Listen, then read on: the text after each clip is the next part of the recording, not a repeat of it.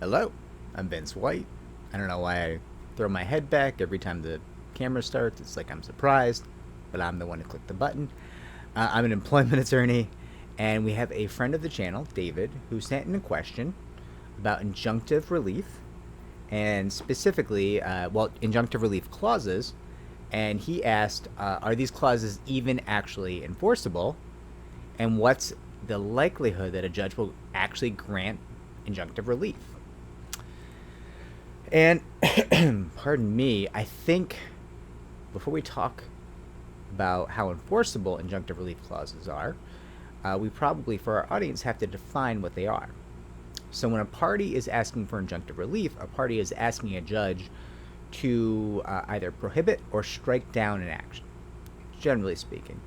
And injunctive relief clauses are essentially clauses in a contract that way before any actions are being taken,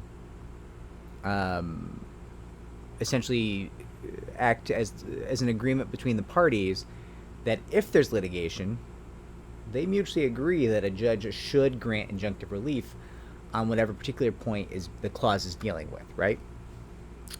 Now, the enforceability of injunctive relief clauses depends on two different things. Well, I suppose three.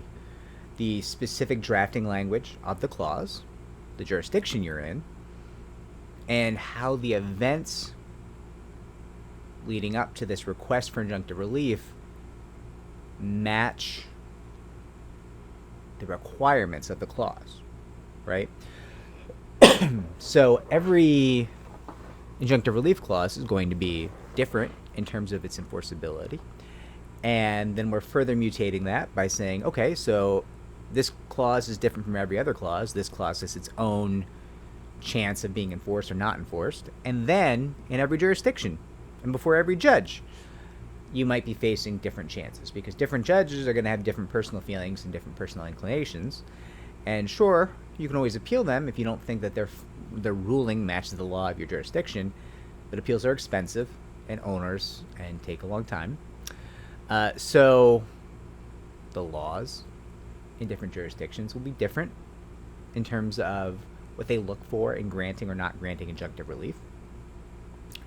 And as we mentioned, even the individual judges will have different inclinations. So this is a really kind of crappy answer, for lack of a better term, to the question.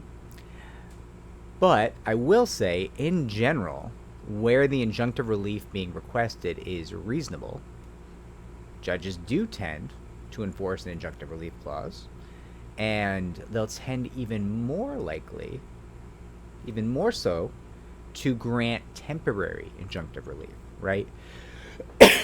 You have an employment agreement that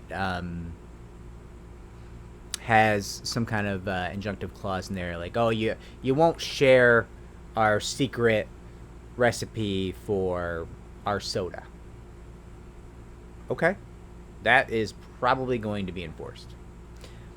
But also, it's almost certainly going to be enforced in the short term, right? So if there's litigation going on and you're litigating with the ex-employer, like, hey,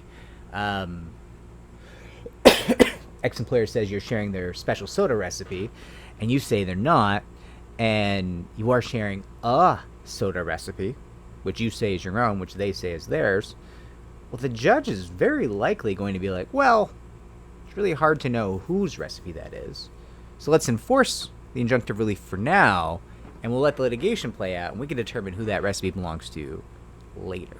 And once we know, well, either we'll lift the temporary injunctive relief or we'll double down and make it permanent, right? And that's a really good way for a judge to limit damage in the short term while having the time to make a decision as to other events, other issues, right? Pardon this cough, my goodness. It's not COVID, everyone. It's not. I got tested. It's just a cough. It's allergy season. So I hope this is helpful. David, I hope this answers your question. I will check the comments for follow-up. If anyone disagrees or has questions, thoughts, I'm here. If you found this helpful, consider liking and subscribing. That really does help me to help people just like you. Thank you.